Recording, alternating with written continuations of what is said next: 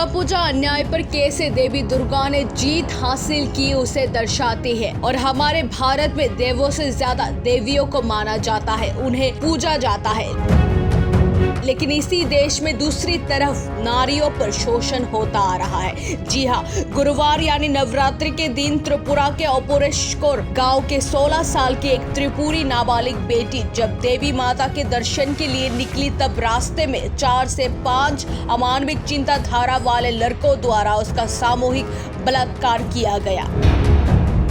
घर के लोग जब उसके खोज में निकला तो पूरे एक दिन बाद रबर के एक बागान में उसे असहाय स्थिति में पड़ा हुआ मिला।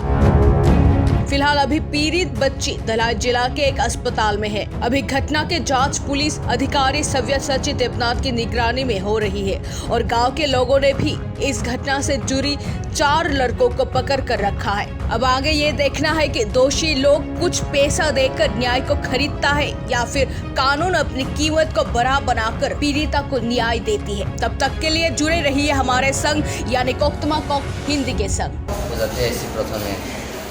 প্রায় সন্ধ্যা 8টার সময় পূজা থেকে আয়া তারা ঘুরতে গিয়া ওই তার বান্ধবীর সাথে মানে ঘুরতে ঘুরতে তারা একখানে গেছিল।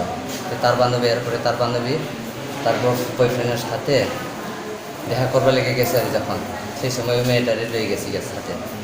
এরপরে তার বান্ধবী তার বয়ফ্রেন্ডের সাথে গেছে গিয়া, এরপরে তার 4 জন বলে ঋষিহের সাথে 4 জনের তারে রেপ করছে আর 4 জন এখনো তো হেও তো চিনে না, তার বান্ধবী চিনে বলে এটা এই কথাই। এটা ঘটনা হয়েছে গিয়া পানগুয়া আর অপরাজকর সীমানা মাঝখানে রাবার বাগানে পাওয়া গেছে। হ্যাঁ, আজকে সকাল মানে আমরা যখন খোঁজ পাইছি তখন 6:30 বা 7 এরকম হইল।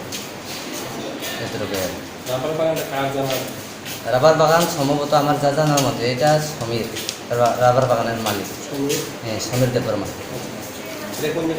এটা অপরাজকর আর পানবার মাঝখানে কাঁথার বাড়ি রাস্তা, তার বাড়ি অপরাজকর।